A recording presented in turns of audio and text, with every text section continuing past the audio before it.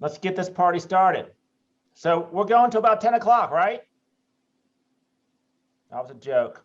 I know some of you are muted, but that's okay. I want to keep this. Thank you, Louis, for laughing. I was laughing too. My dog's laughing. So we have quite a few people on here. I'm going to ask that each of you mute yourself right now, because I'll just go on for a rant for a while, if that's okay. And then we're going to take pauses or breaks in here, and then I'll ask everybody to unmute yourselves, because I really want to keep this. For those of you that haven't heard me speak before, I'm a little bit of a different speaker in person. I'm somewhat of a contrarian. I don't follow like typical policies. I want to keep things exciting, keep things moving along, and I want to try and keep it interactive. For those that haven't met me, my name is John Newman. I'm the so in the Keller Williams world, for some of you that are newer at Keller Williams, you have something called a team leader of a market center. So I'm team leader of a market center, but I'm also the rainmaker or CEO of the Newman Real Estate Group. I've been in real estate since 2003. I've been licensed since 2007. Last year, the team did about 184 transactions, and I only spend about 20 hours a week on the real estate team itself. The other 40 hours a week, I spend as team leader of the market center. I'll tell you a funny story about myself. Lead generation is like one of my favorite topics. I think for many people, it's for many people that get into real estate, lead generation is two dirty words. And instead of asking people to like raise their hand and voice, via audio, when I say that lead generation's a dirty word or dirty two words, please put in the chat what I mean by that. So why would lead generation sound like, oh my gosh, like that's a dirty word? And if nobody puts anything in the chat, I will call on somebody. It sounds like a sales pitch. Nobody likes it. Leslie, why does nobody like lead generation? Rejection. It sounds pushy. No one wants to talk about it. Oh, good. So we're going to talk about the things that nobody wants to talk about. Lewis, fear it. Interesting.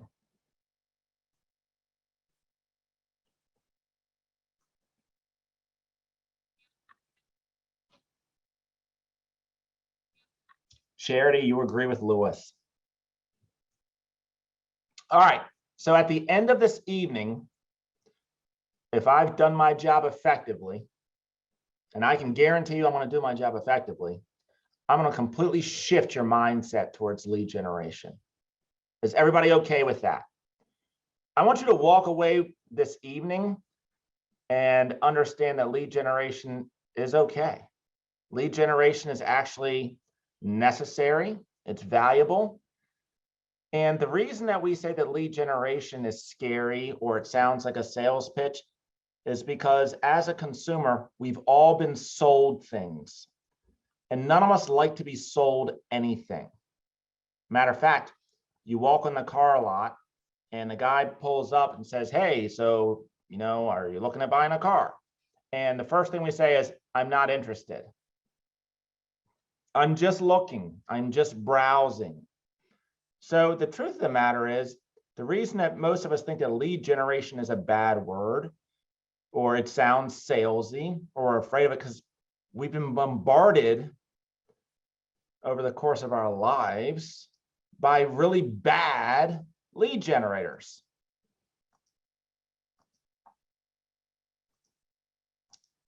I'm sorry, I'm letting people in the room. Now, if I were to tell you all that lead generation is nothing more than a conversation with a person, how do we feel about that?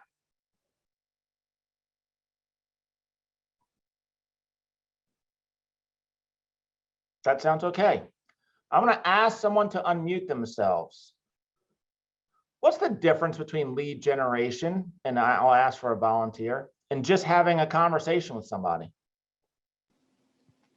There Like, is no difference. There is no difference between it.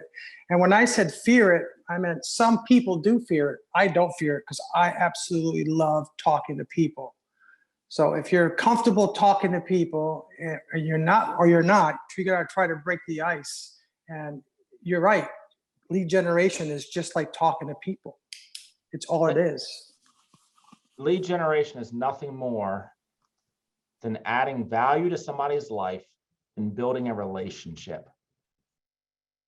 At the end of the day, and please write this down or type this or put a note in your iPad, because someone told me this when I came to Keller Williams in 2007. Keller Williams is the only company I've ever been with. I got my license in February of 2007, so it's going on 15 years. Now, I told you all that I got into real estate in 2003. Prior to getting into real estate, I was a stockbroker or financial advisor. My first 2 years on the job at Merrill Lynch was cold calling. How many of you like to cold call? You can drop it in the chat.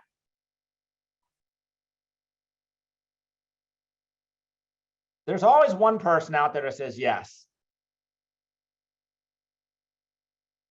So I get my degree in finance. And by the way, guys, I'll tell a lot of stories throughout this because I'm gonna pick on myself. I'm gonna use myself as an example of sometimes a lot of things of what not to do. So I'm gonna share with you a lot of my, not exactly, I don't know all the answers, but I know a lot of things that I didn't do well. And I'm gonna share with you a lot of that this evening. And I will probably share a lot of stories along the way because I like to, teach by storytelling. So I get my degree in finance. I go to work for this company called Merrill Lynch, and I'm a stockbroker or whatever. They called us a stockbroker early on. And I go through weeks of training. So a little bit different than getting a real estate license, but somewhat similar. I finally get my Series 7 and 63 and 65 license, and I go to my sales manager. I'm pumped up. I'm so excited. I'm like, okay, great. Like, I'm licensed. I'm ready to go. What do I do now? And my sales manager hands me, and I'm a little bit older than some of you. He hands me a script, and he says, here's the white pages for those of you that are close to my age or remember what the phone book was. And he says, start with A. And when you get to Z, come back and see me. And that was it. And for 2 years, I cold called and tried to sell people securities. Now, back then, the funny thing was, I had to convince someone to buy a share or two of a stock. And then I had to get them to mail a check to me. If they did not mail that check, I had to pay for it myself. So the stock that we sold was Washington Gaslight because it was a very, very cheap stock. I think it was probably $13 a share at the time. And the idea was to get them to buy 1 or 2 shares of stock, 1 or 2, because I didn't want to be on the hook for a lot of shares of stock, with the idea then that I would build a relationship and then find out if they had any other assets or any other investable funds. And trust me, guys, I hated it. It was horrible. I got rejected a lot. A lot of people called me bad words. They yelled at me. But what I mastered more than anything was the habits. So when you think of lead generation, and my team last week had something called the game of phones. It was one entire week, 6 hours a day. We had script practice and role play in the morning. We had a lunch break. Then we had a wrap up in the evening. It was 6 hours of nothing but lead generation. Outbound phone calls to complete strangers. Not your sphere of influence, but to complete strangers. It was cold calling. Over the course of 1 week, we made about 15,000 dials. We set 31 listing appointments. We took 3 listings, and we have 108 people in our pipeline to follow up with. Well, we tracked every piece of data, and what we determined was for every 3.5 hours of lead generation, we could set one listing appointment. Now, if I told you all that for every 3.5 hours that you work doing something that is absolutely painful, but you will make $5,000 to $7,000, how bad does it sound now?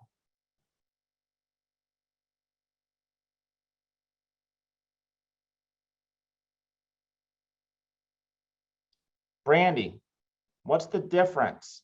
And you can unmute yourself. Why does that now not sound too bad?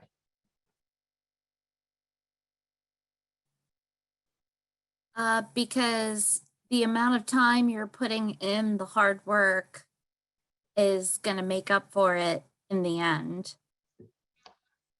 And by the way, these were all listing leads. These weren't buyers, these were all listings. We lead generated for listings.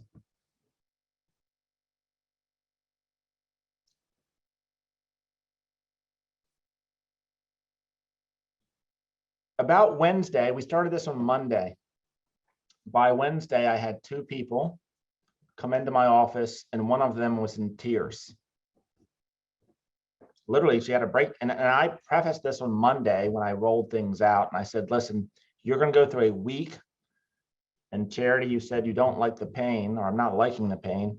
I told them at the beginning of the week, this is going to be a very, very stressful and painful week for many of you. And by the way, these are all brand new agents,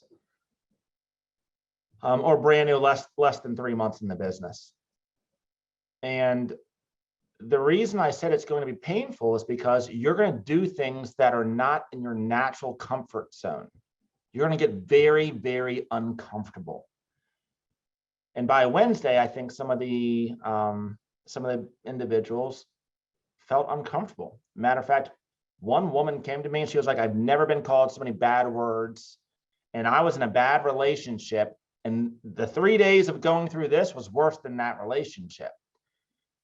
And she's in tears and she's like, I'm not sure that I can do this. And what I said to her was, what you're doing right now is the worst case scenario. Because if you can do this and build the habits consistently communicating with people, and if you can do this with complete strangers and build those habits, then how easy will it be to do it with your friends, family members? Some call it the sphere of influence.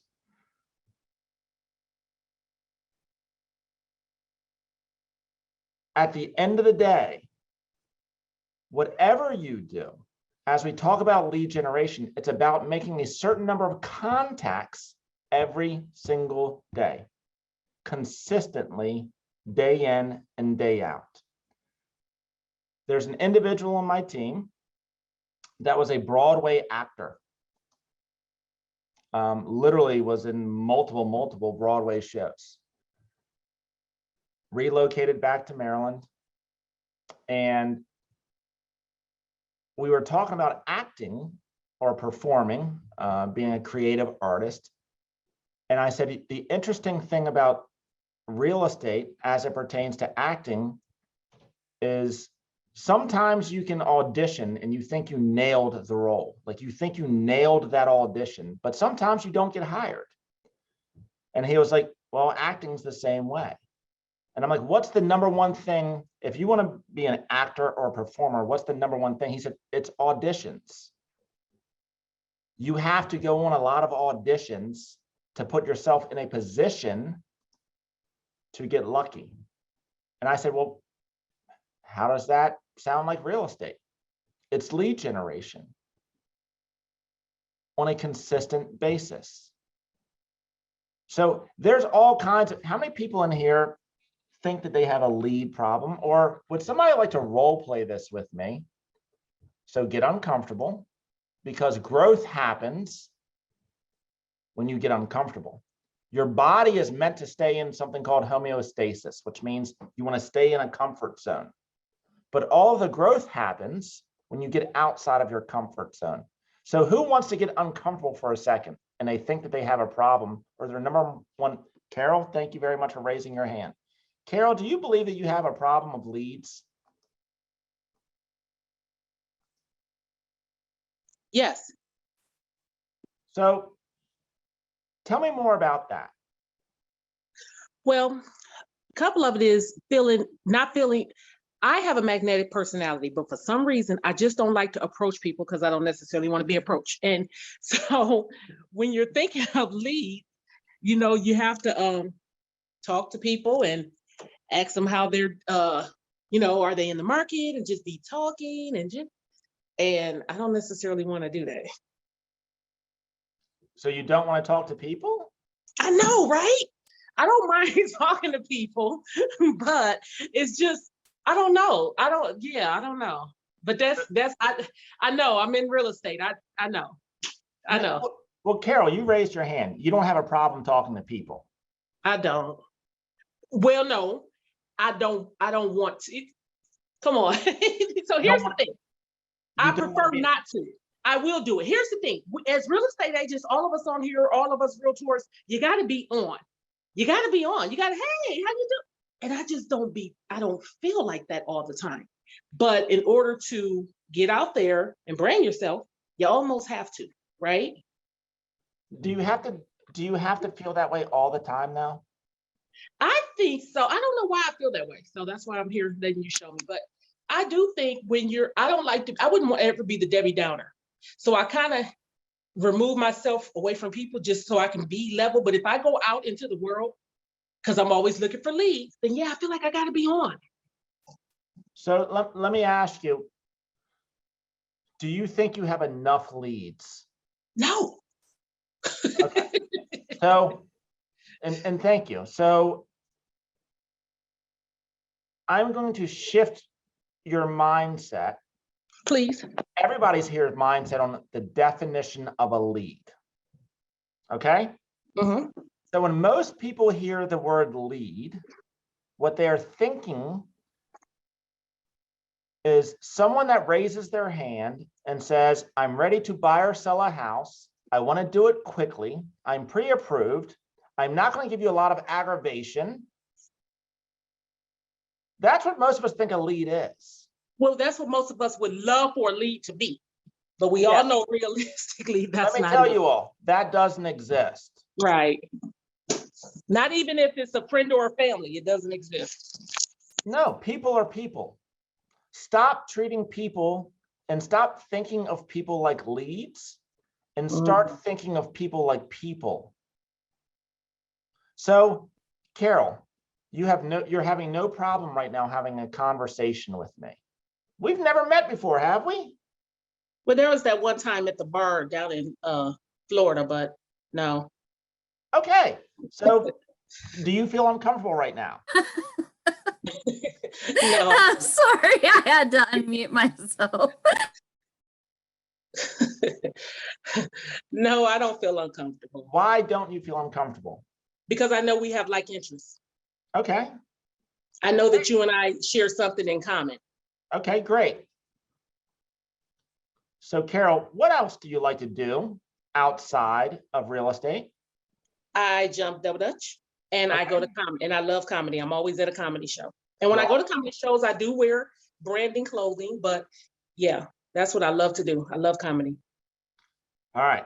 So Carol, do you think that there are Facebook groups, Instagram pages, TikTok if you want to? I'm 50 years old, so I'm just finding out about this TikTok thing, about people that like comedy? Yes, I'm in a couple of those groups, yes. Okay, so could you talk to people about comedy all day long and not feel like you're working? Yes. All right, great. So let's say that I love comedy too, and we meet each other on Facebook or at a comedy show, and we're talking about comedy, and we get into a dialogue.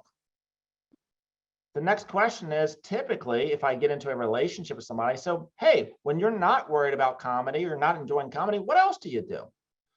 Oh, I just so happen to be in real estate. Mhm. Why do you ask? Just Right. curious.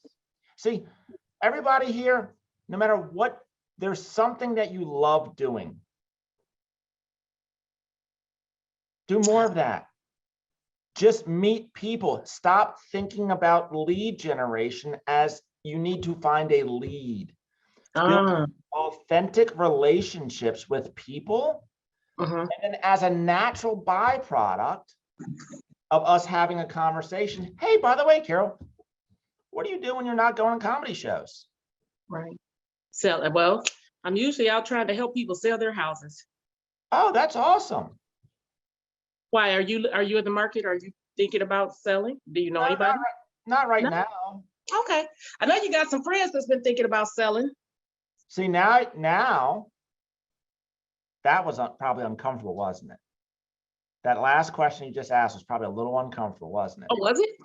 Oh, okay. I don't know. You tell me. No, I didn't. I would have, no. No. I mean, because I would say it in a joking way, like when they say, well, no, not really, I'd be like, well, I know you got some friends that's thinking about selling. And then if they say, I can't think of anybody, I'd be like, oh, well, if you do, then just remember I sell it. I'd love to help them. Did that feel bad for you then? You said it didn't feel uncomfortable. Mm-mm. Could I you do seem this to 20, go with this. could you do this 20 times a day? Mm. Because that's the number, Carol. Like if you all want to make, I ask a lot of agents how much money you want to make. That's the number. First thing I ask an agent that wants to join the market center or join the team. What's your income goals? The number that I hear more times than not is $100,000. I don't know why. I don't know why. That's just the number I hear a lot. And what I can tell you from tracking data is that's about 20 to 25 conversations a day. So, Carol, how would you find 20 to 25 people to talk to every single day? Mm. Now that answer I don't have. Well, I do see what you're saying about the Facebook group, but I don't have a lot of time to spend sitting there going through groups. Mhm. I don't, that's a good question. I'm so glad that you're going to teach us how we can do that. So, Carol, Yes. give me some ideas. How long have you been in real estate? 7 years. 7 years. So if you needed to talk to 20 to 25 people a day, give me some ideas of how you would do that. Well, I would go through my phone and I would Okay. I would go through my phone and I say, okay, I'm going to pick 5 people, a day. I wouldn't just call everybody. Those 5. I would make it my business to maybe go somewhere in a social environment and try to get another 5 to 10. And so that's 15. Then maybe comment on people's social media. That would be the next 10. Is that good? You just told me, you just gave me a strategy that you could use to have 20 to 25 conversations a day. So do you now have a lead generation problem? No, I don't. None of you all have a lead generation problem. Now, let me give you another one, Carol. Are you still okay? Yeah, I'm good. All right.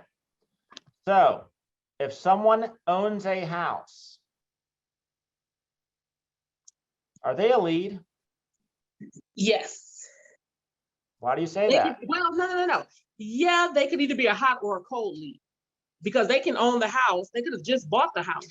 I think any person is a lead because they can always give you, touchdown.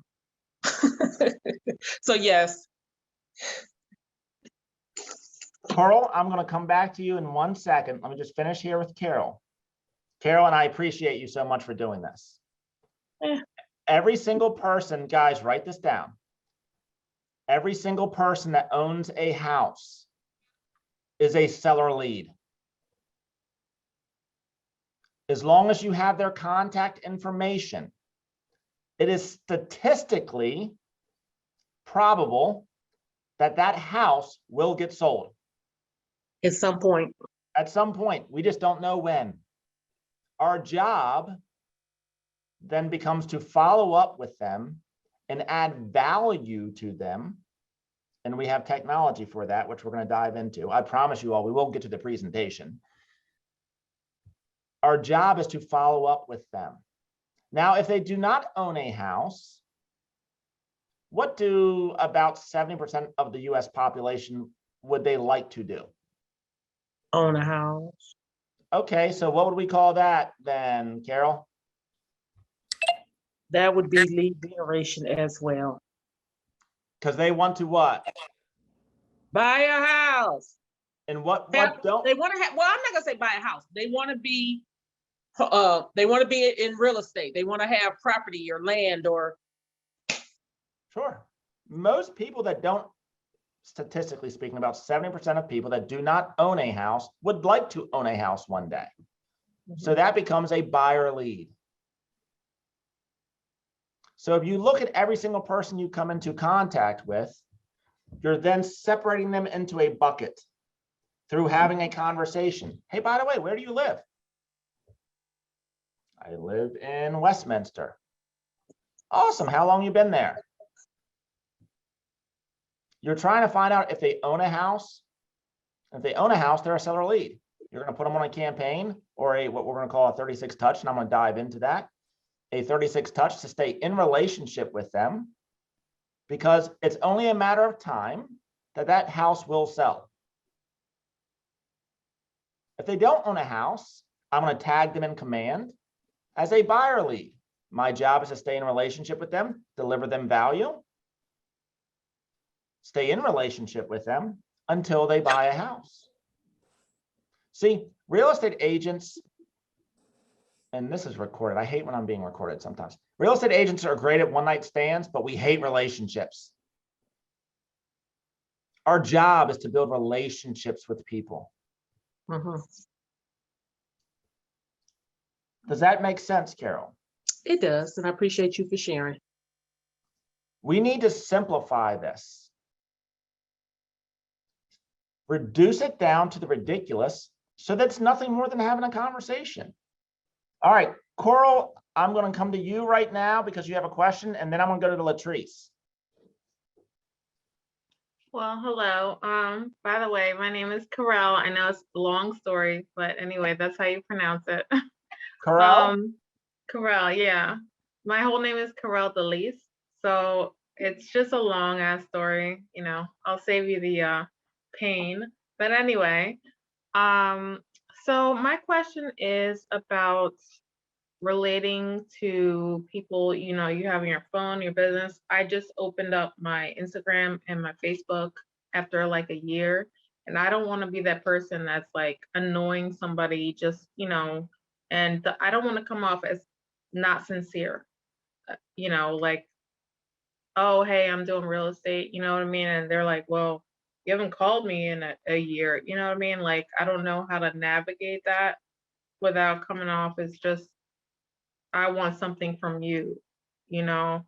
And they're just like, well, you know, I haven't talked to you, you know, like, I don't know. I just have a hard time trying to explain that, you know, to friends or without coming off as just, oh, here I am now, you know what I mean? Like, so I'm trying to figure out how to come off as more like sincere, which I am, but I just don't want them to look at it as not being sincere and just looking for, you know, a sale. So if I can paraphrase this, because I think I understand what you're saying, you don't want to be that person that hasn't spoken to me in 5 years, and all of a sudden you're calling me up and saying, hey, by the way, did you know I'm in real estate now? Exactly. Okay. Very, very natural. You're not the only one that feels that way. So don't do that. Now, if it's someone that you haven't, I'll give you all a simple strategy to use. If it's someone that you have not had a relation, let's say it's a high school friend. Well, once again, I'm a little bit older, a high school friend. So for me, I haven't spoken to this person in almost 30 years, a little more than 30 years. So what would but we're Facebook friends, or they're friends of mine on Instagram. Jab, jab, right hook. So write that down. Jab, jab, right hook. was actually a book written by Gary Vaynerchuk. Now I want to switch this to real estate. Jab, jab means comment, comment, DM, phone call. So what would this look like?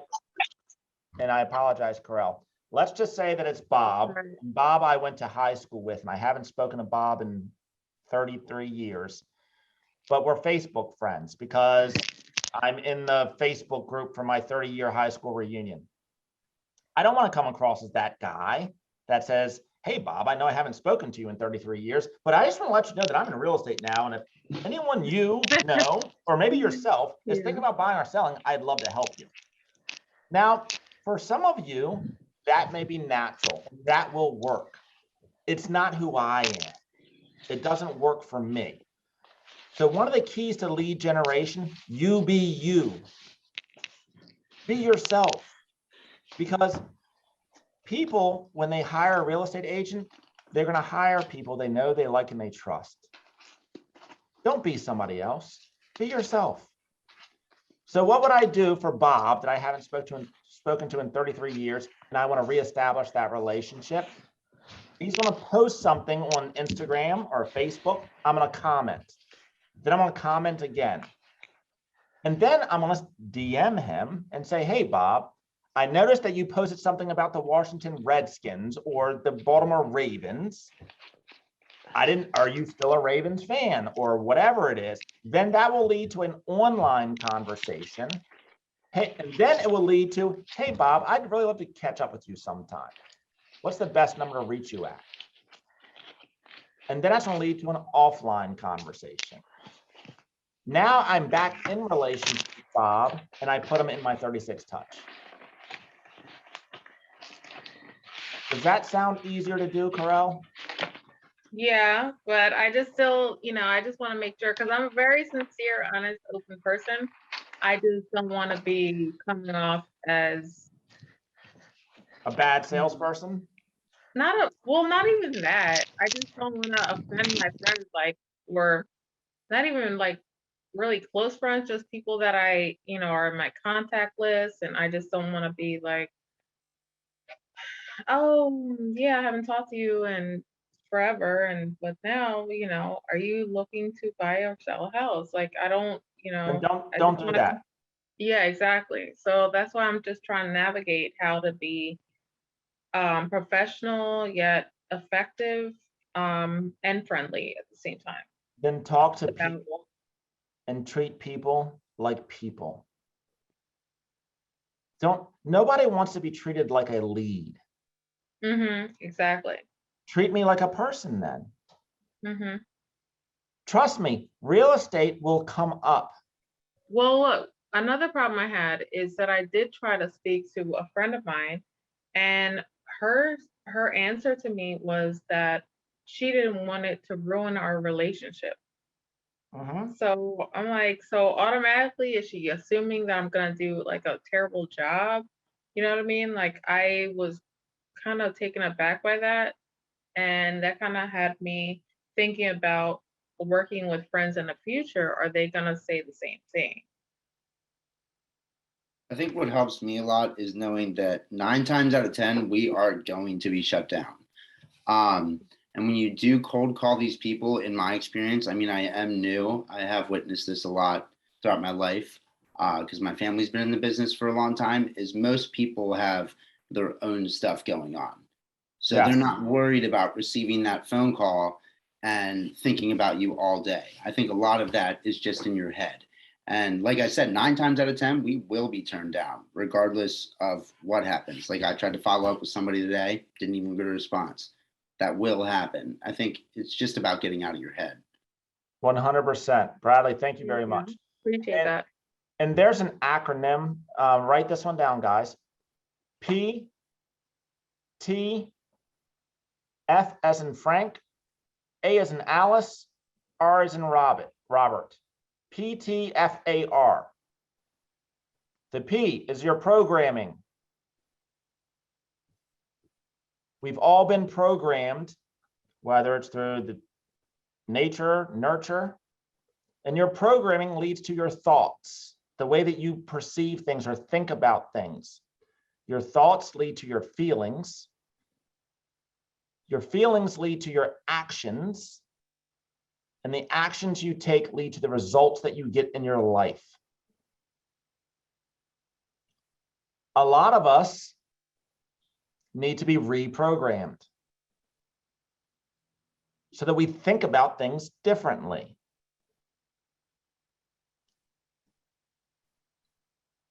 Programming right now, when we think of this thing called lead generation, is we think sales. I have to be a salesperson. I have to sell somebody something. Take that out of your head and replace it with, I need to build genuine relationships that are authentic with people. And when people know me, they like me and they trust me, they will use me for their real estate needs. The most fascinating thing is, and I've been doing this for a little while, less than 10 times have I been asked, for those of you that are new, you have a limiting belief that, oh my gosh, I'm new, someone will not want to use me. I've been asked less than 10 times what my experience is in selling real estate. When someone knows you, likes you, and trusts you, they believe that you'll take care of them. So just take a genuine interest in people, and then your real estate business will grow as long as you have consistent conversations with people. So what would that look like? Corel, I'll give you all the most amazing script that you'll ever use in real estate. I'm ready. For me, once again, I'm going to be myself. Okay. Hey, Corel, what's up? Hey, I'm good. How are you? What are you up to now? Oh my God, you totally have me on the spot right now. Right now, actually, I'm making shrimp stock. Shrimp stock? Are you making Yeah. dinner? Yeah. Are you still working over there at XYZ company? I am. How you like it? I like it. There's a lot of great leaders there, and the training is awesome, and I feel confident about it. That's awesome. What else are you up to? Looking at leads right now. Looking at leads. Yeah, I have some people I want to talk to. Literally, Oh, I literally do. I swear to God. so I thought I saw on Facebook that you're in real estate. Yes. I'm thinking about buying a house. Could you help me with that? Absolutely. All right, awesome. What's the best way to get in contact with you? You can reach me at my regular email, or I have a Keller Williams email also. All right, perfect. All right, so do you see how like something as simple as saying, hey, what's up, can lead to a conversation? Now, typically, if I say, are you still over there at XYZ company? The next response of somebody will be like, what are you up to now? Oh, I'm over here at Keller Williams. Great, Right. what do you ask? Oh, nothing, just, I saw you post some stuff on Facebook about being in real estate. And then you keep it personal.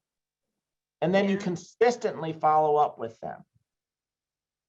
And then what will happen, because we've built a relationship, when you have a need, hey, Corel, like I was just watching blah, blah, blah, blah, blah. I'm thinking about doing this. Can you help me with that? So at the end of the day, this is what's called, by the way, guys, building a database. And I think did you all cover that last night? Probably. Because your success in real estate is in direct proportion to the number of people that think of you when they think of real estate. I'm going to repeat that again. Your success in real estate is in direct proportion to the number of people that when they think of real estate, they think of you. So that's a very simple equation. I need to have relationships with a lot of people, and I need to let them know that I'm in real estate.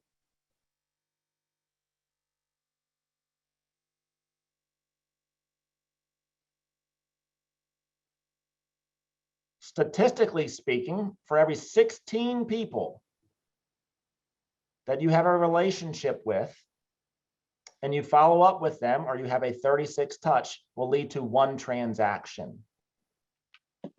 So if I want to do 20 transactions a year, I'm going to need to have 320 people in my database that I speak with or communicate with 36 times a year. How many people have 320 Facebook friends?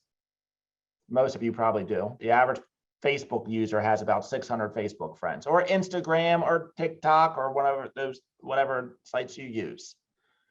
If you do not have that number of people in your database, what do you need to do?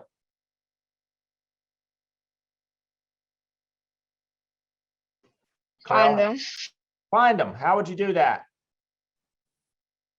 Ask your friends who they know who is about to sell their home or wanting to purchase a home.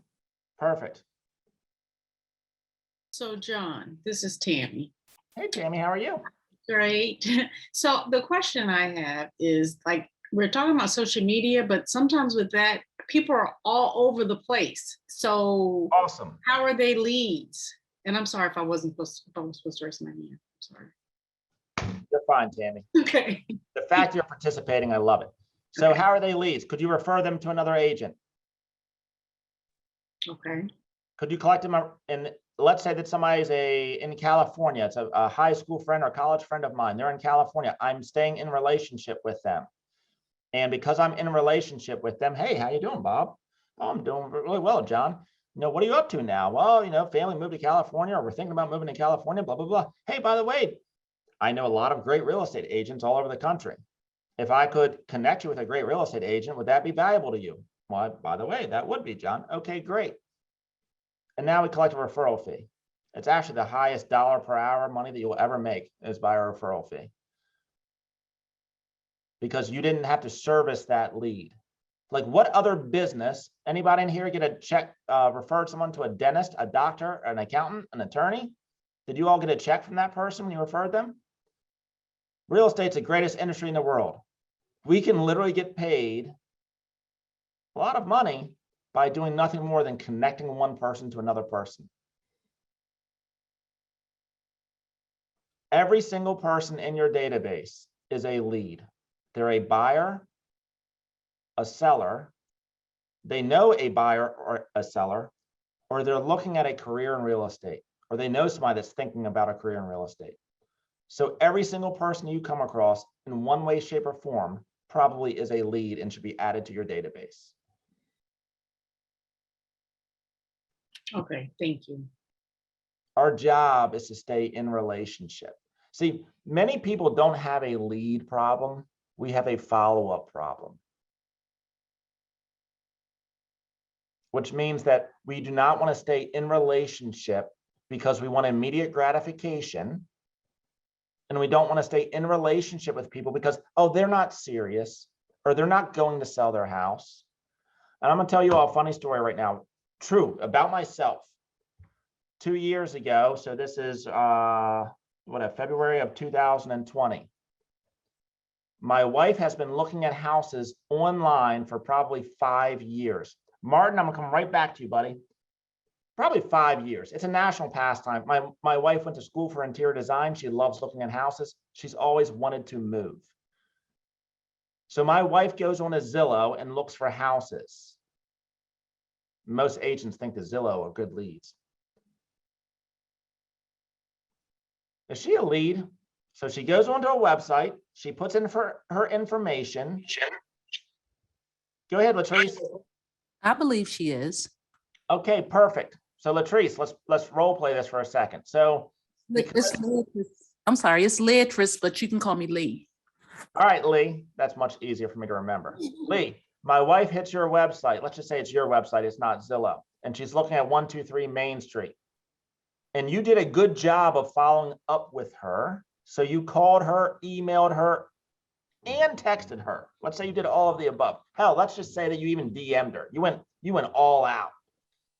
And she responded to you and she said, Lee, thank you for connecting with me, but my husband makes all the financial decisions and he's not moving. Because if you'd have asked me, Lee, I would have told you, I've got 2 kids, 17, 18, I got a 10-year-old. I'm not moving until that 10-year-old goes to college and I'm downsizing. Mm-hmm.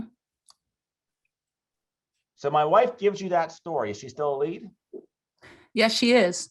Okay, perfect. So let's say you call. Connect to my connection to you, because I would ask her, is it possible that you can, I can provide you my contact information and you can pass it on to your husband, and we three can have a conversation for when you're ready to decide to make that move. And what area would you want to be in? So I would try to follow up with your wife as well as you. All right, so let's just say, Lee, for this example, that you connected with me. You got all 3 of us on a conference call. And I'm like, Okay. hey, Lee, and for this example, we're gonna pretend I'm not in real estate, but this is a true story. Hey, Lee, thank you very much for following up. Here's my situation, Lee. I've got a 17-year-old, a 16-year-old, and a 10-year-old. I'm not going anywhere until the 10-year-old is in college. So that's about 8 years from now. And I just told you that flat out. Mm-hmm. Am I a lead now? Yes. When are you going to follow up with me? I'm going to follow up with you probably within, I'm not going to wait till 8 years to follow up with you, because people's minds change all the time. I'm going to follow up with you probably the following month. All right, awesome. Thank you very much, Lee. So you call me in February or March, because that was February. Mm-hmm. And you talk to my wife, you talk to me, and I'm like, Lee, hey, I appreciate your persistence, but I told you I'm not going anywhere for 8 years. Okay. Now what do you do? I'm going to still keep you as a lead, because now if I didn't follow you up a month, and I don't want to get on your nerves, just so I can stay in your contact, on your mind per se. I'm probably going to follow up with you now 6 months later, right? 5 to 6 months later. I'm going to keep you there within a year's time, because once again, people change their mind every day. All right. Thank you very much. Guys, listen to this, because this is critically important. So let's just say that Lee is the most amazing follow-up person known to man. And she does what 90% of salespeople do not do. And she calls me again in April. I'm like, Lee, thank you for touching base with me. Well, first off, the likelihood of me answering that phone is slim to none. However, but let's just say that you're persistent and you got to me. Lee, I appreciate you. Boy, you have a lot of tenacity. I told you I'm not going anywhere for another 8 years, but feel free to keep following up with me. And I will ask you, oh, and by the way, do you know of anyone else that's interested or is thinking about purchasing a home? I'm gonna generate some type of conversation with you, even if it means passing me on to someone else. And at the same time, I'm gonna ask you, can I send you my contact information so when you do decide? Thank you, Lee. And I think that last part that you said was brilliant. I'm going to send you my contact information so that when you do make a decision, please feel free to reach out with me. So now here's the truth of the matter, though. 99% of real estate agents at this point in time have given up. This person is not a lead. Is there anybody that would agree with that? And it's okay. Just be honest. No, I send out Christmas cards, Valentine's, things like that, just to say, hey, I hope you're doing good. Happy Valentine's Day. Just Brandy, that's awesome, because that's part of, guys, that's part of what we would call a 36 touch. So let me fast forward the story, because here's what actually happened. So I have, truthfully, I have no intentions of moving until my youngest daughter is going to college. 100% honest truth. I'm not going anywhere. I've been in my house, the house that I was living in, for 20 years. I've raised 3 kids, 2 dogs. My house is a train wreck. I've got 18, 17 years of stuff in my house. Are we living in the same house? Because I feel like we are. So I wasn't going anywhere. Like, I have no intentions of moving, but my wife continues to look at houses online because a lot of consumers right now look at houses online. We all have dreams. We all have things. My wife liked to look at the design of houses, and she also wanted to move, but she couldn't convince me to do so because I didn't want to go through the aggravation. But anyway, one Friday night in September, September, my wife asked me, what time are you coming home tonight? I'm like, I don't know why, probably around 6 o'clock. What's up? We're going to take a ride. I'm like, where are we going? We're going to look at a house. And the first thing I'm thinking is, I'm not going to look at a house. Yes, you are. However, I have been married for 20 years and happy wife, happy life. So I'm like, you know what? Fine, let's go look at a house. That's right. I have no intentions of doing anything other than making my wife happy. This house is in an area that I didn't even know the city existed. We pull up to this house and I'm intrigued. I'm slightly intrigued. You're very intrigued. I want to see more. So had I not been a real estate agent, what's my next step? What do I have to do next? You would have called a realtor. I would have called the first real estate agent that was in my cell phone. Mm-hmm. Now, if that agent didn't pick up the phone, what would I do next? Leave a message. It's on the sign. I'm probably calling the sign or calling the second real estate agent that I can think of. You're going to call Lee because Lee been getting on your nerves all this time. Exactly. Your success, guys, your success in real estate is in direct proportion to the number of people that think of you when they think of real estate. Right. So here's what happens next. Now I'm putting my real estate agent hat on because I am a real estate agent. So I schedule a showing. I walk in this house and I went from intrigued to in love. And the funny thing is, this house was nothing like the style. It's a farmhouse that was built in the 1930s. I'm more of a modern type person, but for some reason, I love this freaking house. Matter of fact, within 20 minutes of being inside this house, I called my father-in-law because what you didn't know, Lee, or you may not have known in this timeline of my transitional phase of life is this thing called COVID hits. And my father-in-law, who was by himself, was living by himself. And we had made a decision that it would be nice to find a house. If we found a house, it'd be nice to find a house where he can move in with us. Right. Okay. But see, I didn't tell you that. Now, had you had a really good relationship with us, I may have expressed that with you. We're going through some changes, Lee. You know, I don't know what's going on. My father-in-law is lonely. He lives 20 miles from us. This thing called COVID had hit, blah, blah, blah, blah, blah. So we're in this house for about an hour and a half. And this, so let's say we scheduled a showing around 6. This is around 7:30. Wow. 8 o'clock that night, I wasn't pre-approved, by the way. I'm calling a loan officer that night. The first loan officer I called did not answer the phone, did not get back to me within like an hour. So what do you think my wife said? Call somebody else. I called another loan officer. That loan officer was in Ocean City at a lacrosse tournament. She says, listen, I'll be awake at 11 o'clock. I'll be happy to take your information and get you approved and rock and roll. By 10 o'clock the next morning, I had a contract into the listing agent. And within 10 days, my house was on the market. The house that I had lived in for 20 years and had, 20 years of stuff in this house was on the market within 10 days. People change their mind all the time.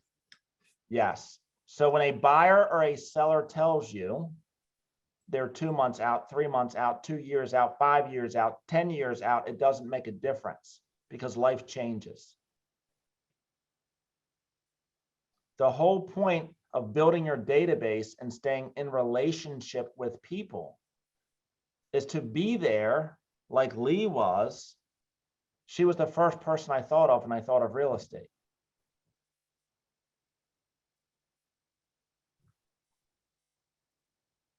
So your 36 touch system.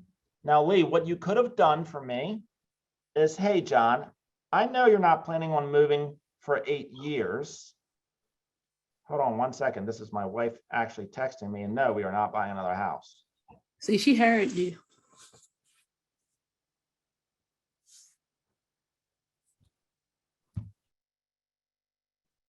Lee, what you could have said is, John, I know you're not moving for 8 years. If you were to ever decide to move, what would you look for? What does your dream house look like? Where would it be? Engaged in more conversation with you pertaining to Bingo. what exactly you were looking for. And then we can go into this awesome tool called Command and set up what? A drip campaign? A neighborhood nurture. Oh, okay. What is a neighborhood nurture? A neighborhood nurture is basically where you can set someone up on so that they will get alerted via email, and you can do it either bi-weekly or once a month, and you'll set up houses that meet their criteria. So every person that we're speaking to, it's like, hey, listen, I know you're happy living in XYZ Main Street over in Annapolis. If you were to ever move, where would you go? Well, one day I plan on moving to Florida. Great, I'm setting them up for a neighborhood nurture in Florida. So you'll send them houses like within Florida, just every Yep. so often? Yep, you can Okay. set it up, and I'll walk you through exactly how to do this. You can set it up either it's bi-weekly or once a month. So if I set them up so they once a month get houses for sale in whatever neighborhood they're thinking about living, well, that's 12 touches. I need 36 touches. If I call them once a quarter or text them and have a two-way conversation, there's another 4 touches. So I go from 12 to 16. My job is to get to 36 touches. 36 touches could be like a birthday card. It could be an anniversary card. It could be a holiday card. It could be a happy birthday post on Facebook. It could be like, hey, that's a cute puppy. Your job is to have 4 two-way conversations once a quarter, and then have 36 touches throughout the rest of the year. So if they're moving out of state, how do you give them information in another state of where they want to move to? All right, great question. I'm going to share my screen, and I'm going to show you all how to set up a neighborhood nurture for anywhere in the country. This is critical. And while we're on that, to give you a little bit of information about myself, I was with Metro Referral, and for the past 3 years, that's how I would make money based on just on commission of some people that would be living in Maryland and relocating to Atlanta, to California, or so forth. And I would take it upon myself to do that different realtors in different states and let them know that I have someone, I'm with Metro Referral, I'm a referring agent, and I have someone that's already pre-approved and relocating and looking to purchase a home in California. And I've been reading over your bio, and I believe you may be a good fit for this person. Would you be interested in meeting with her? And I provide you the person contact. I've already spoken to her and said I was going to reach out, provide the person contact to you. And 9 times out of 10, most of the time that realtor is like, oh yes, I'm glad you thought about me or did some research on me. And I'll say, okay, all right. Also, I will send you a form, my Metro Referral form, so we can fill it out and negotiate a commission. So I was doing that for 3 years before I took made my license active again. I think that's brilliant. Once again, having conversations, guys, it's just conversations with people. You could have conversations with real estate agents all over the country. Guess what? We live in the Washington metropolitan area, which has a high amount of people that relocate to this area. What if you just had real estate agents in every single state that you had relationships with? And when they thought of somebody that was moving to Maryland, DC area, they thought of you. So you could build a whole entire, I know agents that build a whole entire lead generation model solely around agent to agent referrals because they've built relationships with agents all over the country. The key is to do it consistently and consistently communicate with the people in your database. So let's walk through Command really quick. So here's Command when you log in. I'll go to my contact screen. Every single person you come across should be inside of Command. And I'm gonna pick myself as an example. So here's John Newman. On this screen right here, I'm gonna click Smart Plans. Excuse me, can you connect can I connect my contact list, my phone contact list to Command? No, unfortunately you can't. Not, you can, actually, I'm not 100% sure, to be honest with you. It depends. If you use an iPhone, you can probably download all your contacts if you stored all of your contacts in an Excel file, and you can bulk upload to Command. But you're going to have to Google that depending on what type of phone that you have. In Facebook, I know for a fact you can't download all your contacts. You used to be able to, but you can't do that now. So I don't know if it's for every Keller Williams, but the one here in Frederick, my IT guy instructed me to download. There's an app on Apple that you can download, and it'll pull all of the contacts out of your phone into an Excel sheet, and then you can send it to whatever the company is that helps get us all set up. I can't remember the name off the top of my head, but they'll automatically. Scott Leroy. Boy, Yes. And if you send them the spreadsheet of your contacts, they'll upload it for you in Command.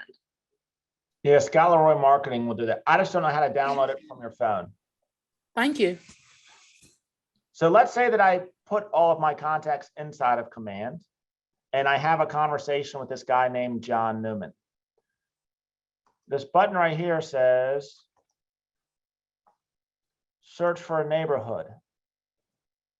So let's say that I want to move to, and I'm going to just say that because I want to move to Florida one day. So I want to move to Tampa.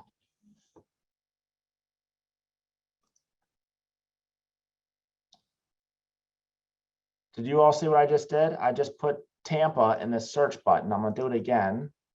Find on the map, Tampa. Now, I don't know anything about where I want to move in Tampa, but I can then zoom in, and I've got all these neighborhoods in Florida, in Tampa, Florida. So I can click on these neighborhoods and hit save. And then I can hit add to smart plan. Bi-weekly neighborhood nurture. I'm going to start it now. Hit confirm, hit confirm. And here's what John Newman is going to get every 2 weeks. He's going to get a neighborhood snapshot of all these areas in Tampa. So what we ask people is, if you were to ever move, where would you go? Well, I'd move to XYZ neighborhood in Baltimore. I'm going to set up a neighborhood nurture for that community in Baltimore. And then it's basically set it and forget it. They're getting relevant information from me every 2 weeks or once a month.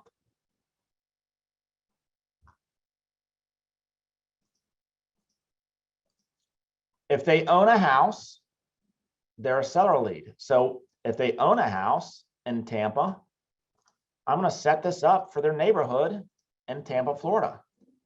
Now they're getting relevant market information from me every 2 weeks or once a month for my own neighborhood, because most consumers want to know what the value of their house is and what's happening in their neighborhood. If they want to eventually buy a house, they don't own a house, I'm setting that same thing up for where they'd like to go one day. Any questions on that?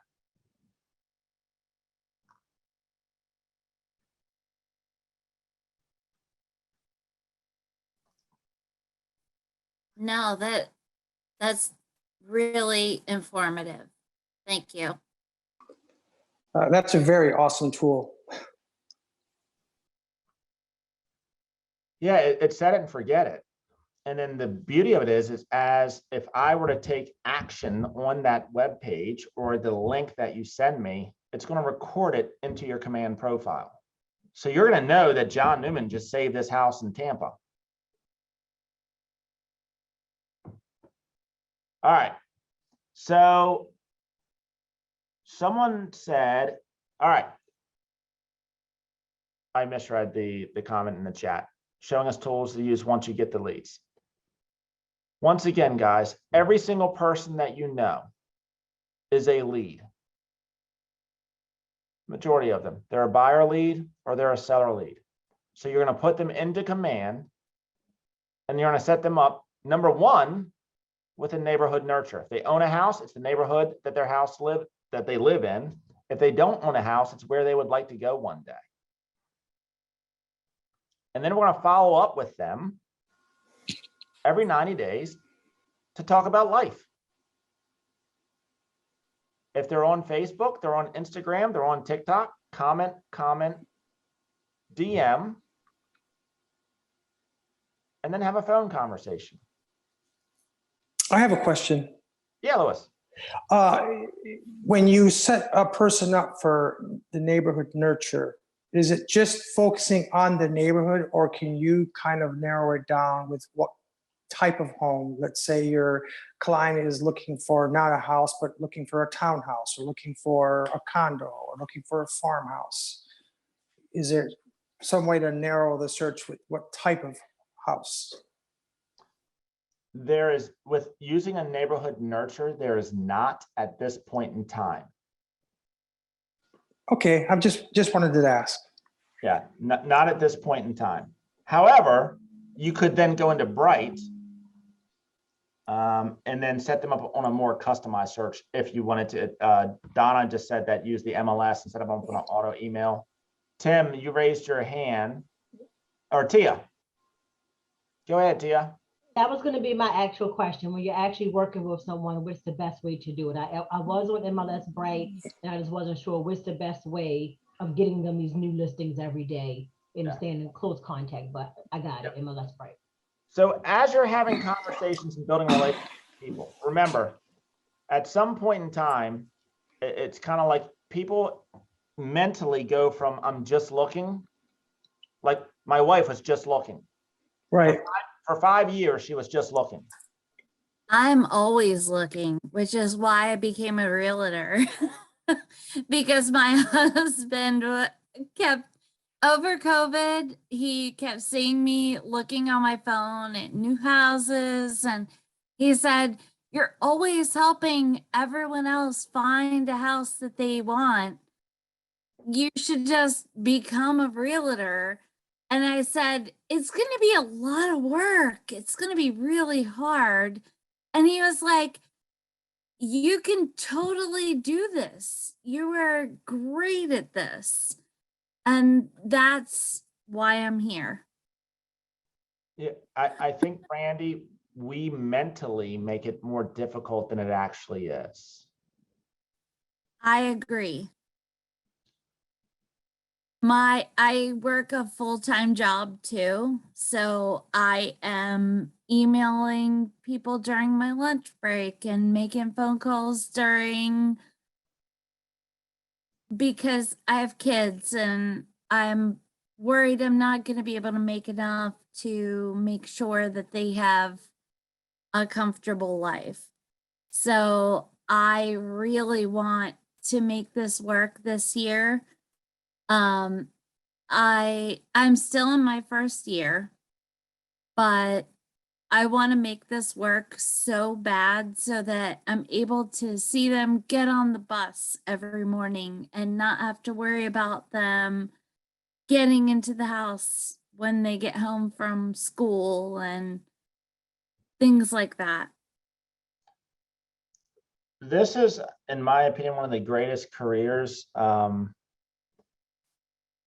It's almost unfair the income that we can make by doing very simple things if we keep it simple.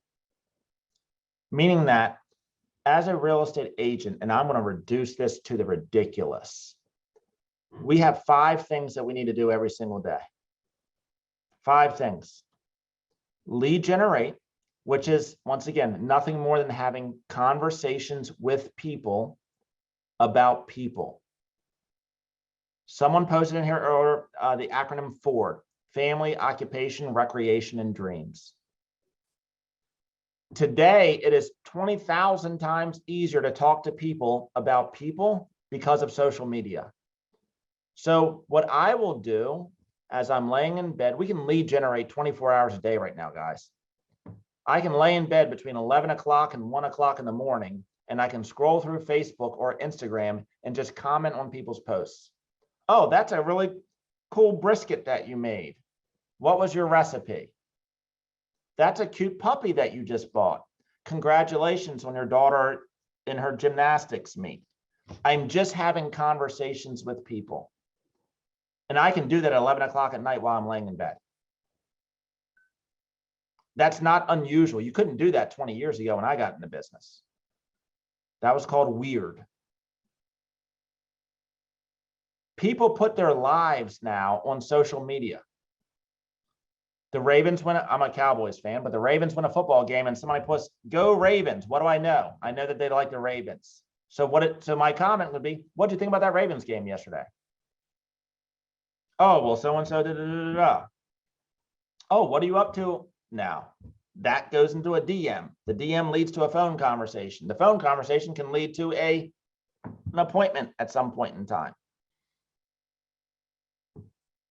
We just do that every day, over and over and over again. And that's where the habits come in. 25 conversations a day. So 5 things we got to do as a real estate agent: lead generation, conversations with people; lead conversion or lead follow-up. Remember, if everybody is a lead, that means that we're following up consistently with people about people things. Script practice and role play. Why is that important? Because a lot of us, especially as new people, we're always worried that someone's going to ask me a question that I don't know. Well, it doesn't make a difference whether it's a buyer or a seller. There's only about 10 to 15 objections you'll ever get. Once you master those objections, you have no fear of having more conversations. So you will script practice and role play those objections. If somebody asks you a question and you feel stumped, write it down. And then I'll give you my information. Email me. How would you handle this one? You do that for about a month, you'll have every objection you'll ever come across. Now, when you're brand new, here's the easy thing to say. That's a great question. Our industry is always changing, and I pride myself on giving you the most relevant information. Can I do some research and get back to you?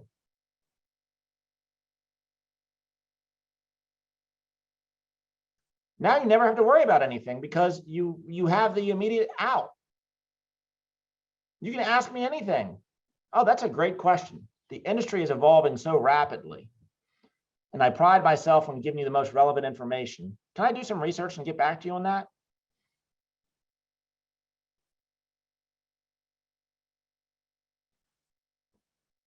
Lead generation, lead follow-up, script practice and role play, negotiate contracts, go on appointments, and I'll add a 6th thing that's called training. If you're not doing those 5 things, what else do you have to do? So if you look at your day, I don't care how much time you have to put into real estate, dual career, full-time, doesn't make a difference. You're going to divide your day into those 5/6 activities. And the first one is conversations with people. Because unless you have too many appointments to go on, what else do we have to do?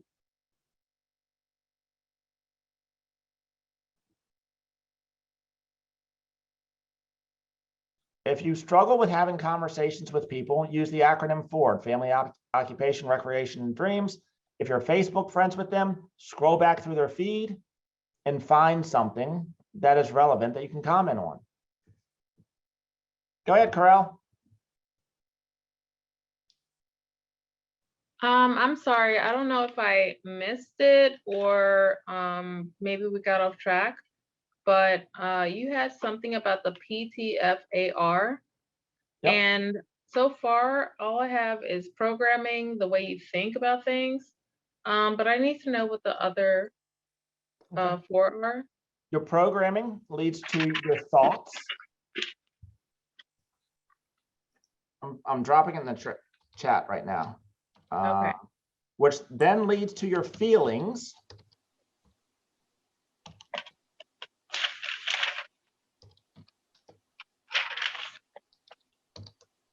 Which then leads to the actions that you take.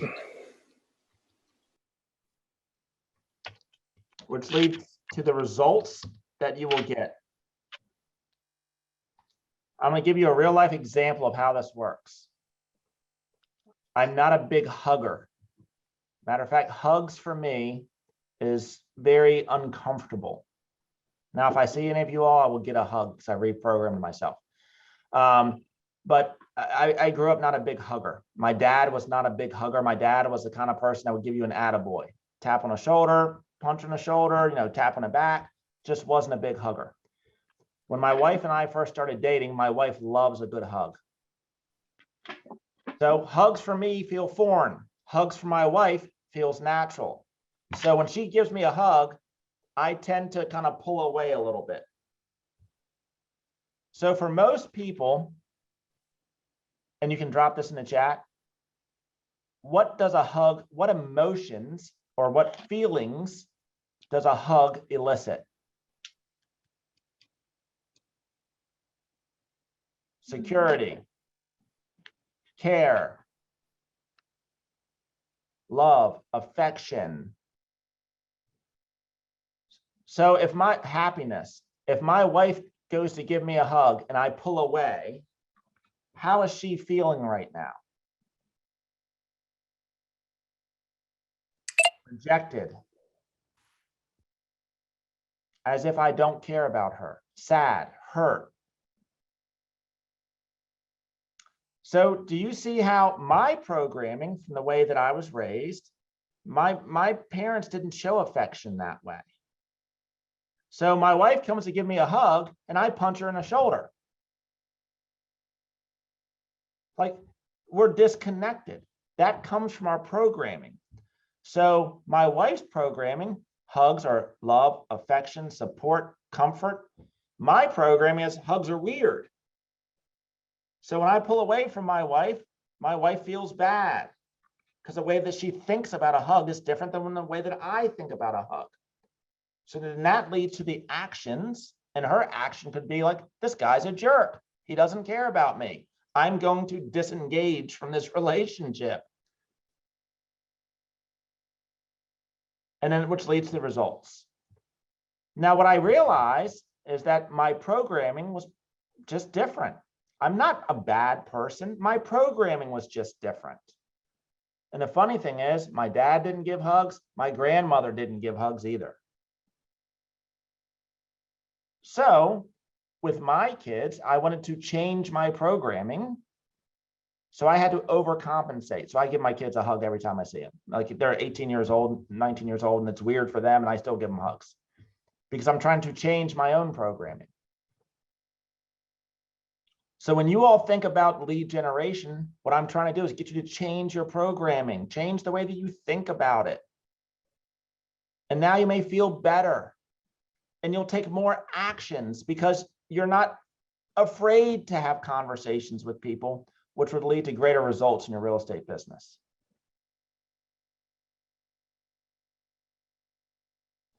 Did that help, Corel? Yes, thank you very much. See, we're all programmed in a certain way. And the cool thing about programming is we can reprogram ourselves.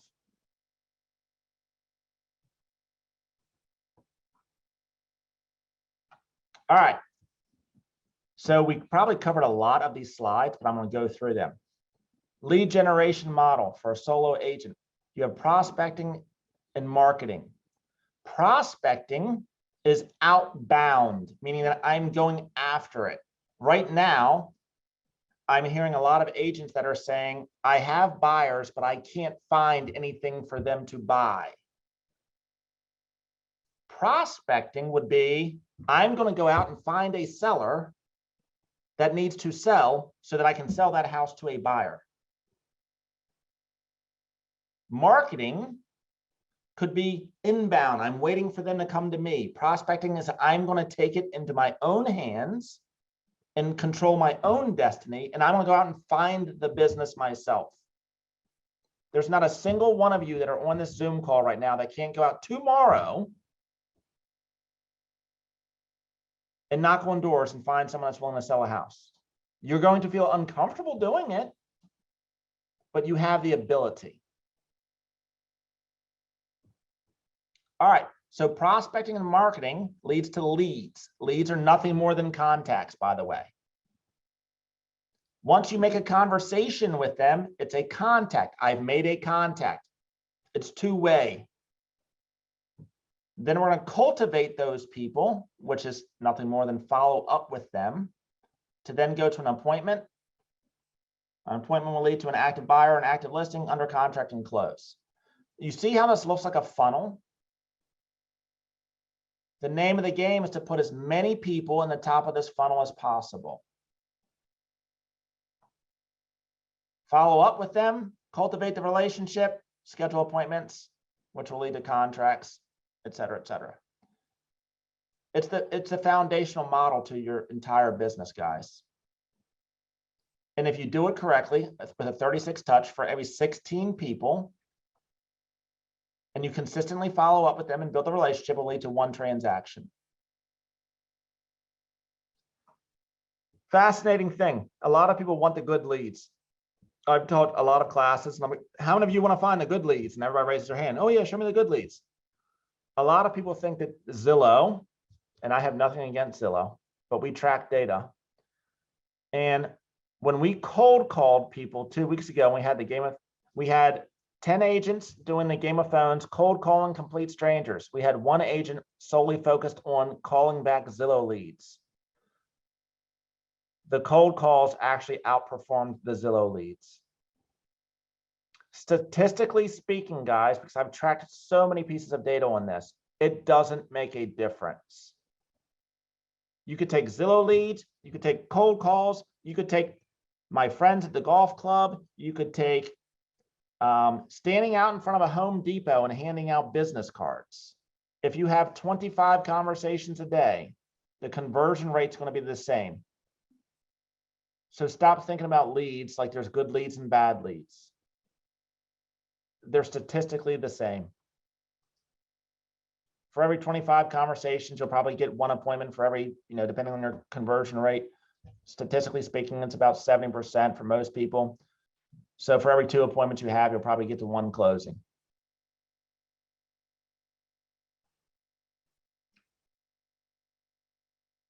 I had a friend that was going to write a book one time or sell it. It was like one of those like online webinar things. And for 99 bucks, he would give you the single best secret to making $100,000 in real estate. And you know what he said? At the beginning of every month, you buy 30 or 20, depending on how many days a week you want to work, Starbucks gift cards. And every single day that you work, you take somebody out to a cup of coffee at Starbucks. And you talk to them about life. See, in the digital world, a lot of us have got away from actually building authentic relationships.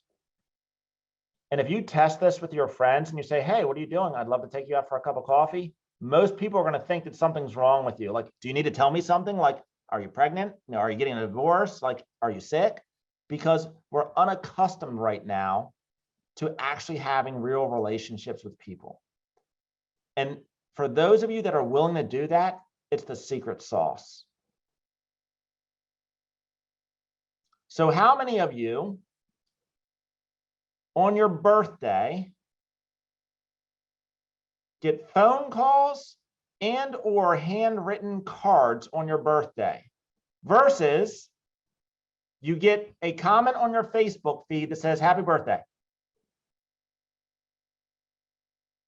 Put it in the chat. What did most of you receive? Do you receive more comments on Facebook wishing you happy birthday or more posts on Facebook or Instagram saying, and then what do? We say, thank you to all of my loyal fans for wishing me happy birthday.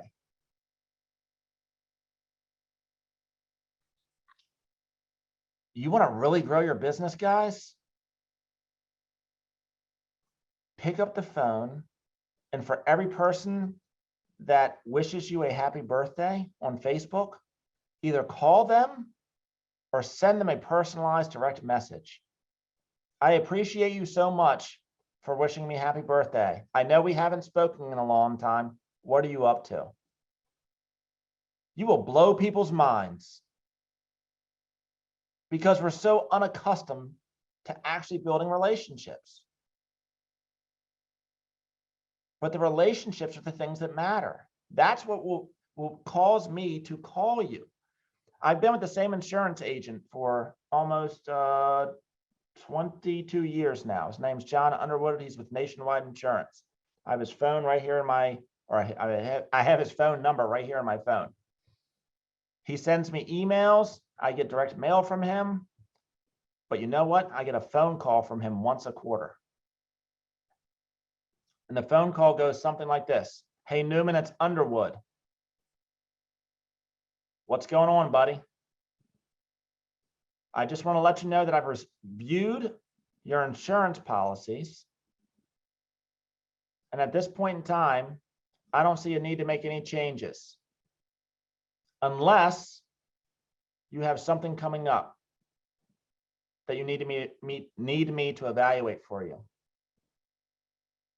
So John, do you have anything coming up? You thinking about buying another house? You got any investment properties, house business, blah, blah, blah, blah, blah. I'll say no. Hey, by the way, how's the wife and kids? Small talk, small talk, small talk. And then guess what? Then I'll get his emails that I don't read. I'll get his direct mail that I don't read. But when it comes to, if anybody asks me for a recommendation for an insurance agent, he's the first person I can think of. So for you all, anyone that's in your database that owns a house, what do they want to know? How much the house worth? How much it's worth? What's the market like? So couldn't we, every person that's in our database, set up that once a quarter, we're going to call them and give them a market analysis. Hey, Lewis, I know you're still over there in Bethesda. By the way, here's what's happening in the market in Bethesda. Here's where I see the value of your house. Anything else I can help you with right now? How's the wife and kids?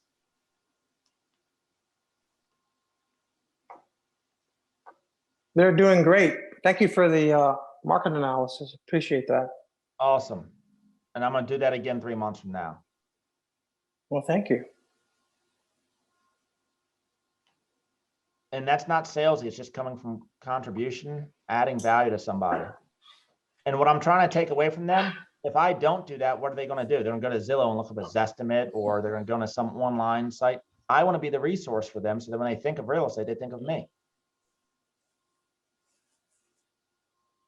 So when you put someone inside of command, you add a contact, and you're going to tag them as either a seller lead or a buyer lead. Set them up with a neighborhood nurture, and then once a quarter, you're going to do a more in-depth market analysis of what's going on in their neighborhood, and just be a resource, be the economist of choice for them. And if you do that every 90 days, it's hard for you to miss something.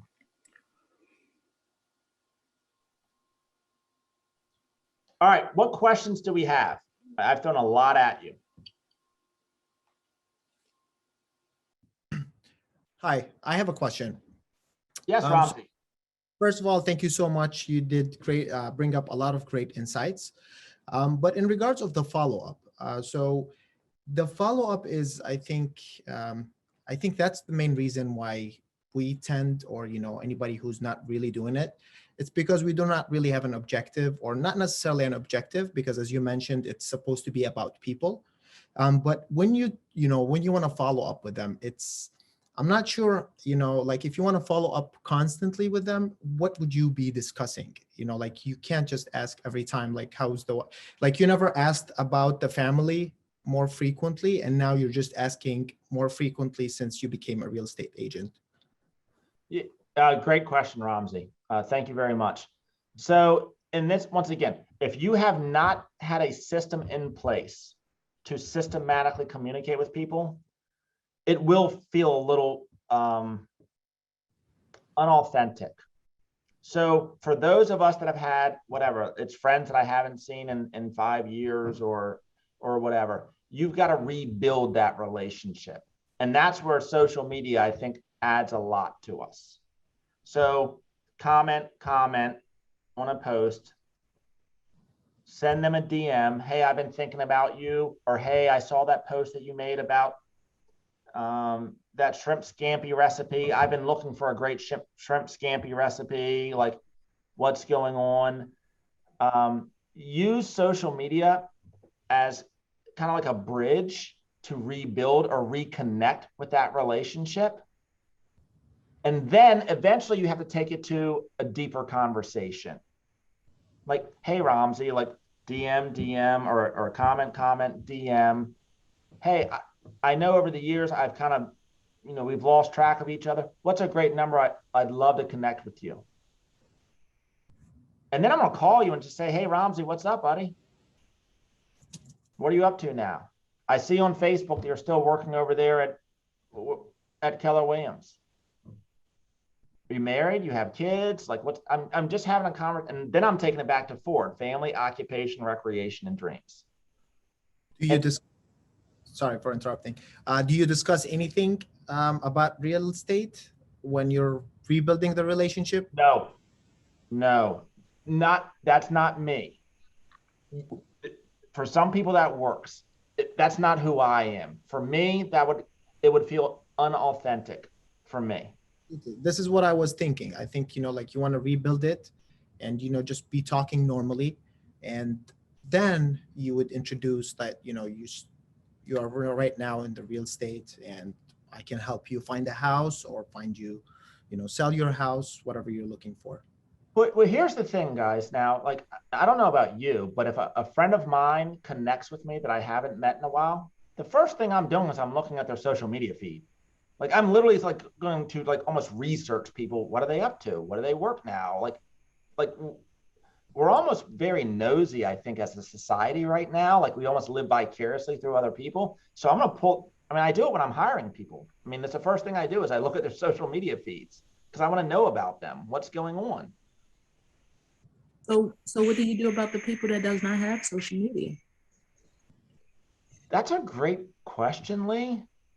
Because I'm one of those people. I have LinkedIn, and that's all I have. I've never social media. And bouncing off her question, what do you do about the people that you're friends with on Facebook or Instagram or social media who don't post anything? Like, they're there, but they're not.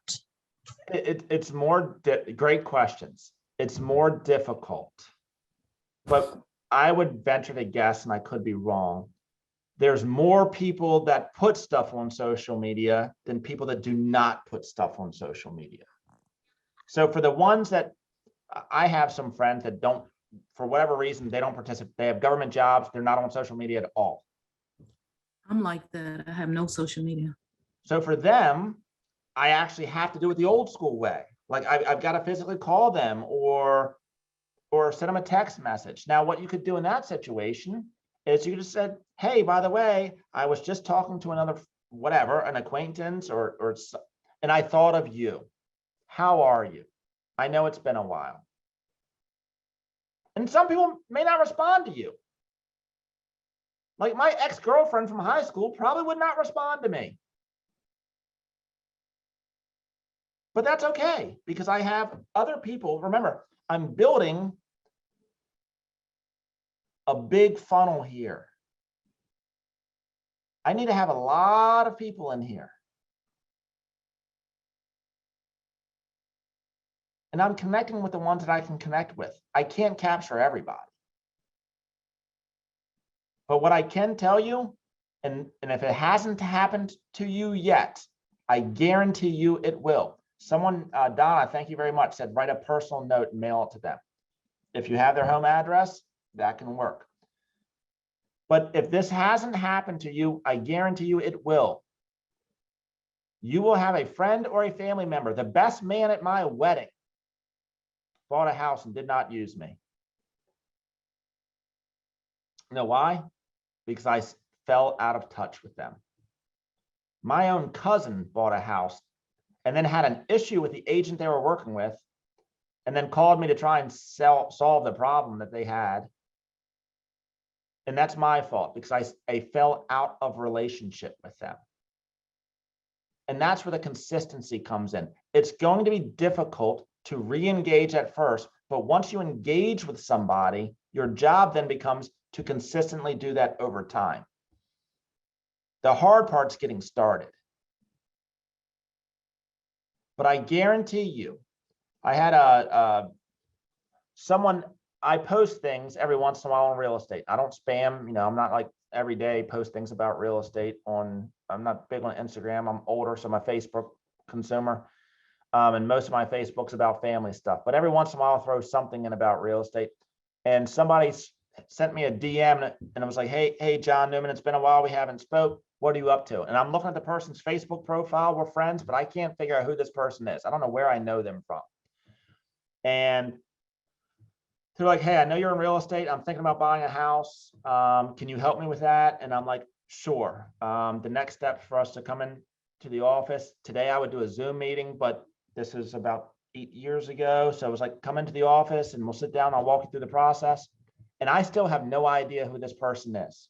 Like, I'm looking through their Facebook and I'm like, I don't know who this person is, but somehow they know me. When they come into the office, I figured I would probably, like, a light bulb would go off. And I'm like, oh, that's who it is. They walk into the office. I still have no idea who this person is. Come to find out, his mom used to babysit me when I was like 8 years old. We went to the same elementary school together. That person's now done 4 real estate transactions. 4 real estate transactions with, well, 2 for him and then 2 referrals. And that was because I post things on social media. Walking through the process. Galaxy A32 5G. Can you talk about walking through the process? Could you tell me more about that? Like exactly what you mean?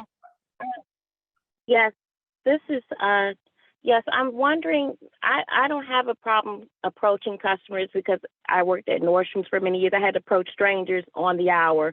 My issue is I'm not going to help approach strangers and they may say, okay, I'm ready to buy or sell, and I have no idea what to do with them. You know, I want to be able to say, okay, now I want you to come into the office and this is what we're going to do step by step. I just want to feel confident after I get the lead. What do I do? That's a great question. So that's what we're going to go into. Inside of command. Okay. Well, actually not command. So go to my kw.kw. Oh, no, it is in command. I'm sorry, we have our own customized one, but go here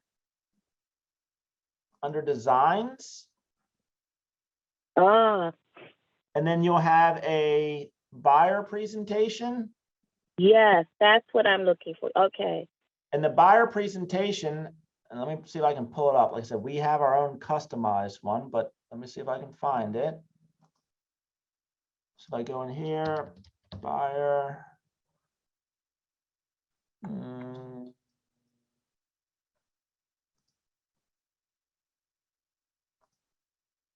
But that's a great question. It's because I was a teacher also for a number of years, 2nd grade. And before they came in the class, I had to have everything laid out. I had to know exactly what I was going to do with them. you know, so the kids, because they can tell when you don't know what you're doing. And that's and that's what I don't want for my real estate career. I want to be confident, okay, I know exactly what I'm doing, and this person can trust that I'm an expert, and they can trust me that they're in good hands. Yep. All right. So I just figured it out. So you're going to go to Command, Okay. then go to Designs, and then click on Import Design, and then go to Templates. Oh, okay. And then down here, you will have, well, that's not it, buyer presentation. Yes. Okay. And then you There have it is. something called your guide That's to homeownership. exactly what I was looking for. Perfect. Now, let me see if I can pull this up. Your guide to homeownership. Now, each of you will have to customize this, by the way. And then keep going. Let me keep scrolling. It's over here.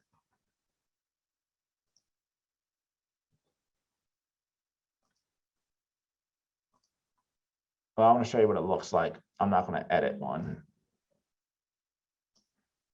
Oh, my screen is.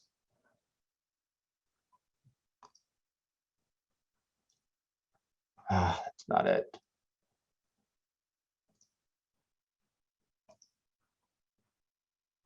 There's one chart in here that's the most important chart, and it will answer your question as soon as I can find it.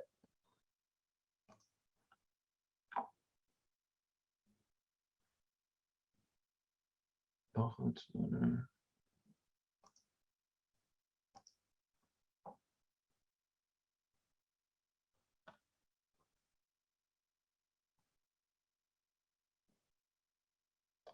not the one I'm looking for.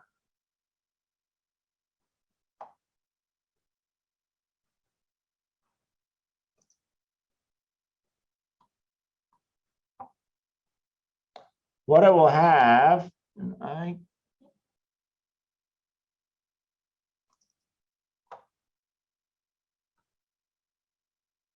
is basically a flow chart of exactly what the process is. Like step one, identify a working relationship with a real estate agent. Step two, get pre-qualified. Step three, start shopping for houses. I like to use analogies. So if someone says they're thinking about buying a house, great. When's a good time for us to have a 15-minute conversation about what that process looks like? And then I always try and use funny things like, listen, first thing we got to do is figure out, you know, are you paying cash or would you like to apply for a mortgage? Most people will say I need a mortgage. All right, great. I'm great at helping you spend your money, but I'm not the one that gives you the money. So I need to connect you with a great real estate agent.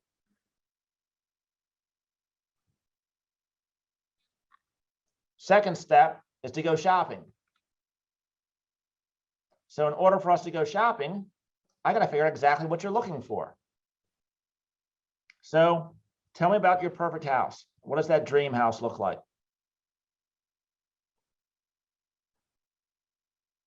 And then I will do a flow chart that will look something like this. And I'm gonna try.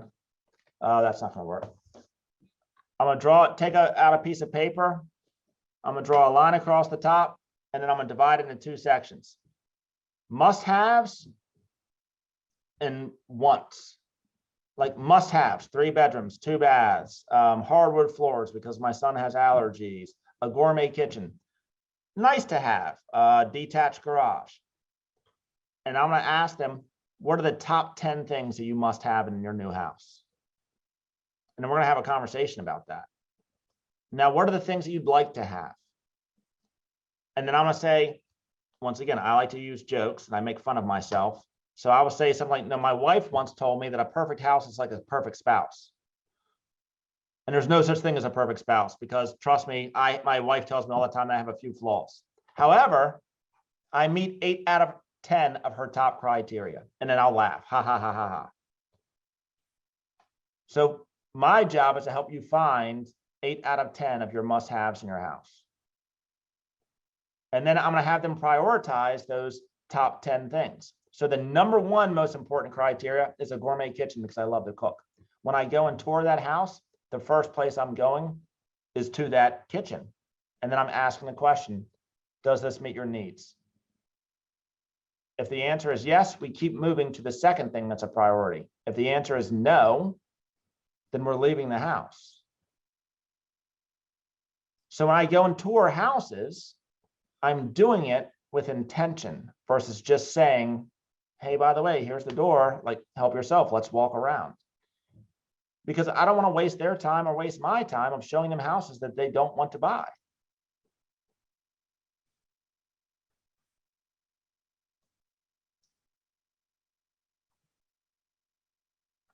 So we talked a little bit about the 36 touch, which in here they call it 36 to convert.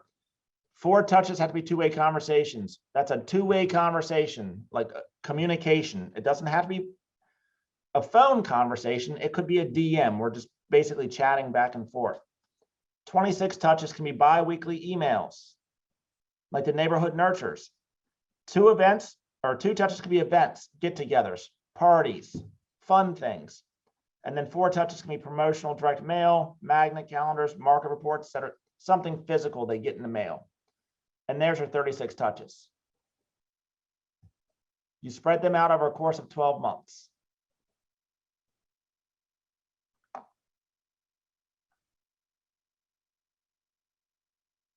Any questions on that?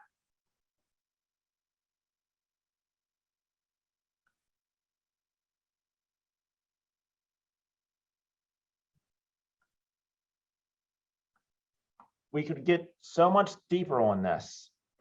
You can add smart tags. So if I have somebody, oh, somebody asked me to go back through setting up a neighborhood nurture. So let's do that. So I'm logged in the command.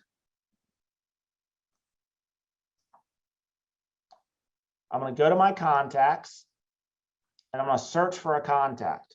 Hey, does anybody want to test this? Like I'll literally add you to a neighborhood nurture right now. Like let's walk through from the very beginning. I need a volunteer. Yes, Tammy to Tampa. All right, Danny. Nope, Tammy Holt. Oh, Tammy Holt. All right, Tammy Holt. Tammy, what's your email? TammyHolt@gmail.com. So this is exactly what I would do, guys. Tammy, what's your phone number? 202-320-1114. Lead source, agent relationships. I don't need to go to collaborators. I'm not going to mark you. I'll mark you as a lead. I'm going to tag you, and I can create custom tags. So Tammy, let's just say that through our I met you at a Starbucks, so I can tag and I can create all kinds of custom tags. I know you like Starbucks coffee or whatever. I'm going to tag you to Starbucks just so I can show you how a tag works. Now, a tag can be used for anything. Let's say that it's my daughters are into cheerleading. So I meet a lot of cheerleading parents. I can add a tag cheerleading. Now, when I go into my contact list and I want to search for everyone that has an affiliation with cheerleading, I can search by a custom tag. I'll add you as a contact.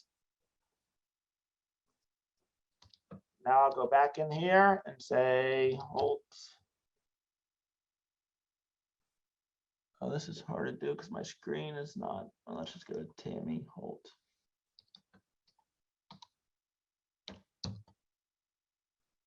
Here you are, Tammy. And through our conversations, Tammy, I find out that your dream home is where, Tammy? So I tried this and I tried to just put Tampa, but it was actually trying to get me to drill down to a specific neighborhood. Yes. So if I don't know the neighborhood, so I have to do research. Yep. So you'll always try and click find on a map, guys. And yes, you are correct. I can go into Tampa and then it'll pull up all these different places in Tampa. But if I click on like Tampa, Florida, this Tampa Riverwalk, what we'll do next is we'll draw all these areas. So I can go into here because I don't know exactly where you want to be in Tampa, or maybe I do. I can just click on all of these neighborhoods. Got it. I didn't do that. I didn't know you could just click. Okay. Yeah, I click on these neighborhoods, hit save. Then I'll go to smart plans, add a smart plan. Bi-weekly, hit confirm, confirm. Now, Tammy, I apologize because you are now getting an email from me every single 2 weeks for the rest of your life. Okay.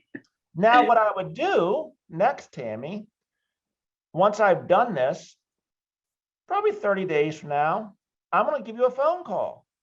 Hey, Tammy, it's John. How are you? I've been sending you some houses in Tampa. Have you found that to be valuable? Now we're going to have a conversation about Tampa. Yeah, I've been getting the houses over in West Riverside Heights, but I'm really looking for this area. And then I can go in here and refine the search. This was very helpful. Thank you so much. No problem. Or the cool thing is, guess what? When Tammy gets this every 2 weeks, she can go in here and actually revise the search herself.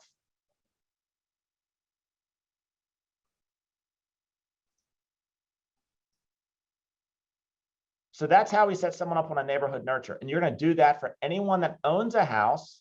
If they own a house, you're setting up for their neighborhood. If they don't own a house, they're a buyer lead. You're trying to find out through your conversations where their dream house is. It may be in Maryland, it may be in a different state.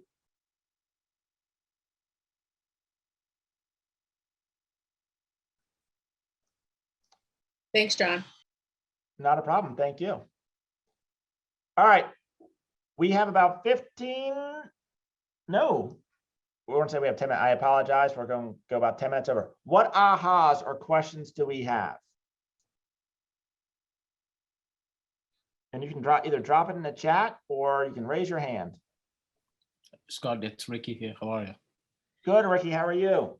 Doing well. Firstly, thank you for some valuable insights. I just wanted to share the best part of the presentation was difference between prospecting and marketing. And I'm sorry, my videos, there's something going on. I'm not cannot have face-to-face, but so the difference between prospecting and marketing, I've heard so many sessions, as you might be knowing, because I can connect with you. I also come from the financial services background, and incidentally, it was at Merrill Lynch as well. Huh. But once Bank of America took over in 2008, I decided to go independent. But again, that difference, it was amazing because the best part is even till date, I'm still wanting to have a difference of, like people say I want to market my efforts or I want to prospect for getting in some money or something like that. But I guess that's the key difference, which really has given me an valuable insight today. And from here on, I've already, while you were doing your presentation, I've actually notated some points which hopefully should work for me. So thank you. No, thank you very much for showing up. I think 90% of the battle, not only in business, but in life in general, is just showing up and staying in the game. Yes, thanks. Now, I want to share with you all one other secret, if you're willing to stay for a few more minutes. And this is critically important. I'm going to share with you my screen of what we do. And it's very, very simple, because I like to keep things simple. But it's extremely important. Let's go here, go here.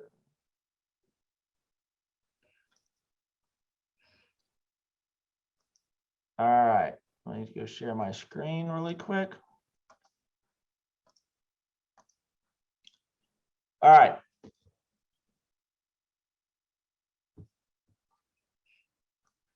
When you are going through these efforts, one of the most important things that you can do is track your information. And the reason, wrong, that you want to do that is because you know where the efficiencies or inefficiencies are. Where did he move it?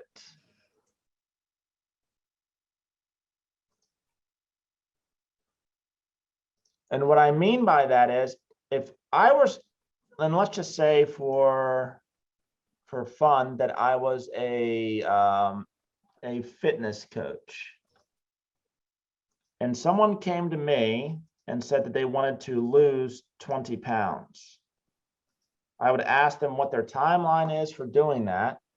And then it's a simple math equation, meaning that, to lose a pound, I think it's roughly about, you have to have a caloric deficit of about 3,500 calories for 1 pound. And I apologize, I don't know where he moved this to. So I'm going to meet with you, and then we're going to have I'm basically set up a plan for you. Like, okay, great. Like, in order for you to hit your goals, here we go. Where'd you move it? My operations guy moved it. I'm gonna set you up on your goals, okay, and then I'm gonna have you track your progress. So the first thing I want to do is say, okay, you need to start tracking your activity, which is calories burned, and then you need to track something else, which is calories consumed. So I'm going to give you an app on your phone, and you're going to scan everything that you eat. And then you're going to have another app, and you're going to basically record all of your activities. So next week you come to me and you're like, hey, John, this isn't working. I've actually gained 2 pounds. The first thing I'm going to ask you is, what did you eat this week? Show me your app. And then you say to me, well, I didn't record anything. How can I help you? I don't know what you did. I don't know what you ate, if you ate, how much you ate. So I can't prescribe anything moving forward. So when you're, and why can't, what did he do with this? And I apologize, guys. Camera phone. You want to track your daily activities. So how many conversations did I have? How many emails did I send out? How many text messages did I send out? How many appointments did I set? How many contracts did I write? If you don't track your activities, you will never be able to build a consistently stable and duplicatable business. And when most people get into real estate, one of their biggest fears are, it's not consistent. I can't predict it. Well, if you know your numbers, it can be predictable. For instance, an open house. An open house is a lead generation activity that could be turned into something that is predictable. How many open houses do I need to do? How many people on average show up to my open house? Of those people that show up, how many are represented by another agent? Of those that are not represented by another agent, how many can I convert to being an appointment? And how many appointments do I need to turn someone into a client? If you track your numbers, you will be able to build a math equation to predict your income based upon your activities. So you should create a simple spreadsheet, or you can use command and track your activities. And if you track your activities, you will be able to build a predictable business. Any questions on that?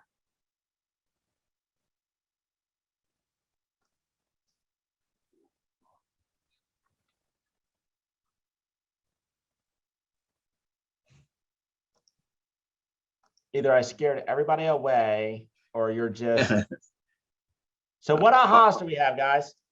No, Mr. Newman, I didn't have a question about that. I just wanted to take a minute to say thank you for the information.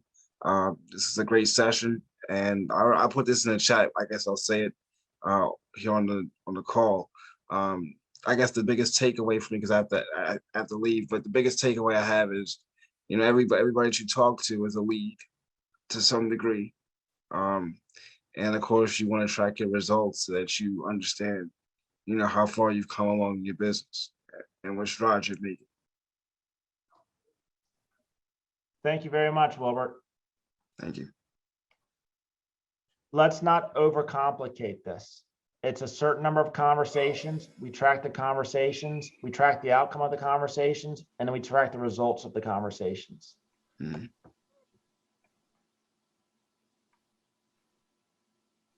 Anybody else have any ahas? I just really appreciated the way you humanized our fear and really misunderstanding of lead generation, right? And validated that at the end of the day, it has to be who you are, not performing, because that's not necessarily that's not the message that I get in other sessions.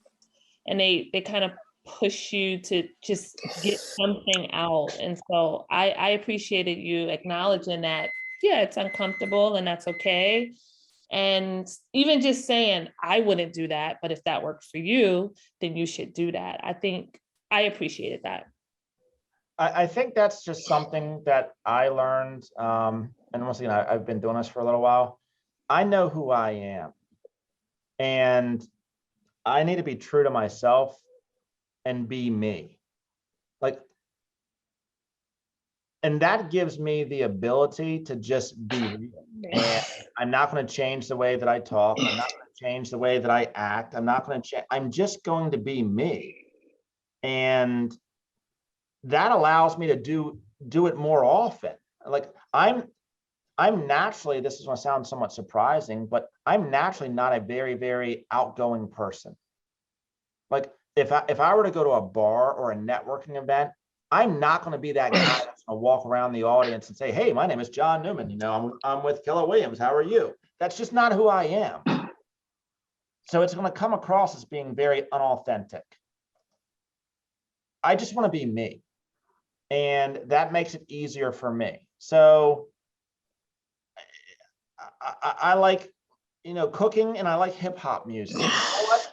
I'm going to find people that are into the same things and build relationships with them. And that's okay. And that's what allows me to do it consistently on a consistent basis. I put in the chat, oh, I put it, Tammy, I just direct messaged you. I'm sorry.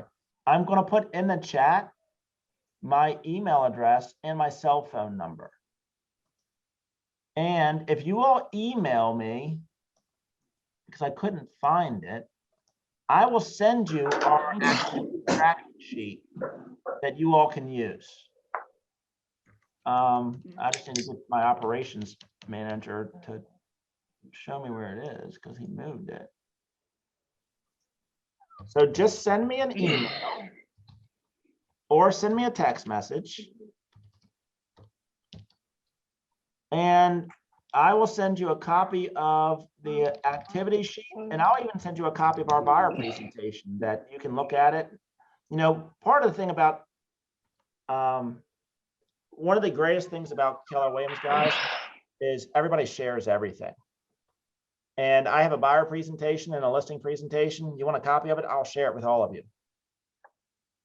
Take what you like out of it, throw away what you don't like, and create your own.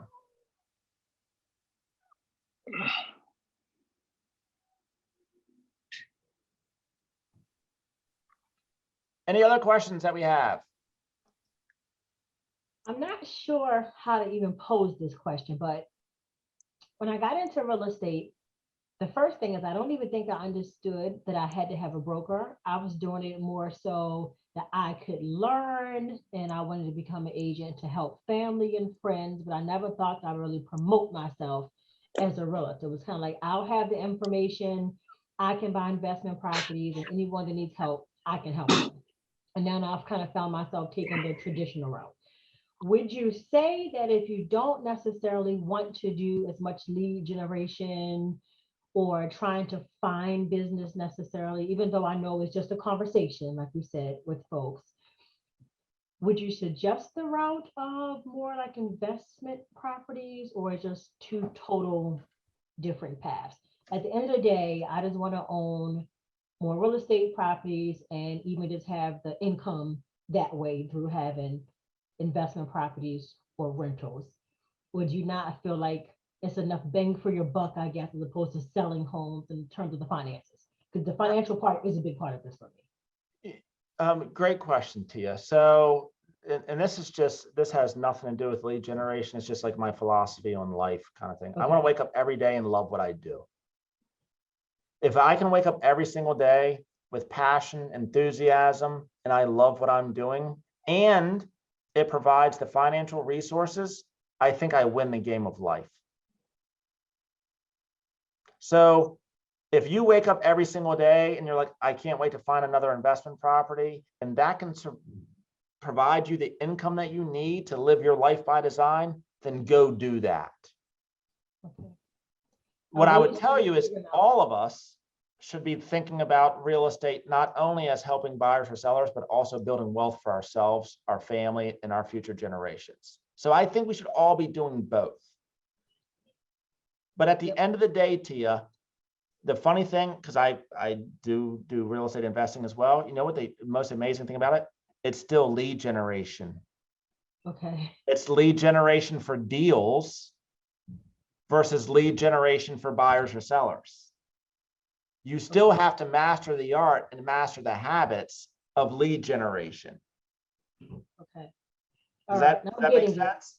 Yeah, it does. I'm just taking it all in. I'm naturally not really an extrovert, more introverted, but I'm finding my way in all of this. Again, talking to family and friends, I think the confidence will come once I make my first transaction. I'm working with someone now. Once I get it and I feel comfortable, I know what I'm doing, I think it will be easier for me to be like, okay, I'm ready. Who's next? Kind of thing. But yeah, just feeling my way, but I'm getting there. You know, Gary Keller told me one time, you know what the difference is between selling 20 houses and selling 2,000 houses? What's that? Just more people. It's the same thing. Because once you've done it 20 times, it doesn't change a whole lot. It's just more people. I got it. Just got to get the first one. And this has been very helpful. I really appreciate you guys' time. I know it's such an investment into us and trying to get us to this point and teach us this information. So I really do appreciate your time. Not a problem. I love this. And once again, I gave, if you don't have it, my phone number and email address is in the chat. Yes. Please copy it, write it down.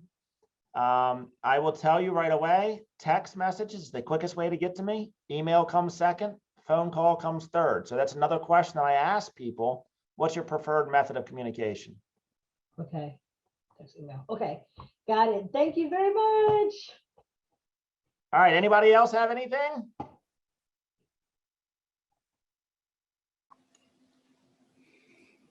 All right, guys. I apologize for running over. Love you all. And if you need anything, you know where to find me. Big hug, John. Thank you so much. Thank you all. Have a great evening. Bye, everybody. Take care. Bye-bye. Thank you. Have a good night.